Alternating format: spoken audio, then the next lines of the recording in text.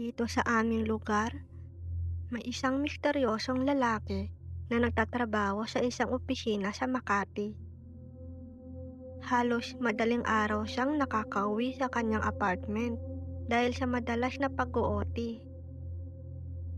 Ang lalaki na nakatira doon ay nag-iisa lang sa buhay at walang ibang kasama. Nanggaling ang lalaki sa isang probinsya at lumuwas ng Maynila. Subalit, ang kwento ng mga kapitbahay, kahit wala ang lalaki sa kanyang apartment, ay may naririnig sila sa loob na tila mayroong tao kahit wala naman.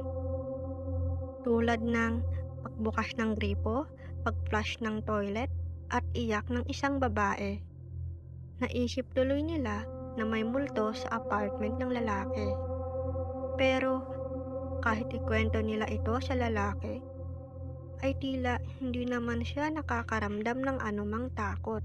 Ang sabi lang sa kanila, mas matakot daw tayo sa totoong tao kesa sa multo.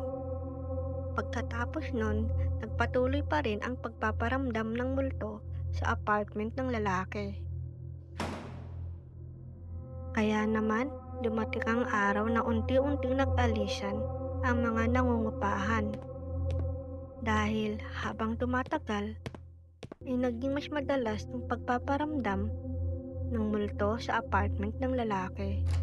Hanggang sa yung lalaki na lang naiwan na umuupa sa buong apartment building. Subalit, paglipas ng isang linggo, meron silang natuklasan kung bakit may nagpaparamdam sa apartment ng lalaki. Meron palang kasintahan ang lalaki noon na nakilala lang niya sa social media. Dumating sa punto na gusto na ng babae makipaghiwalay, pero hindi pumayag ang lalaki.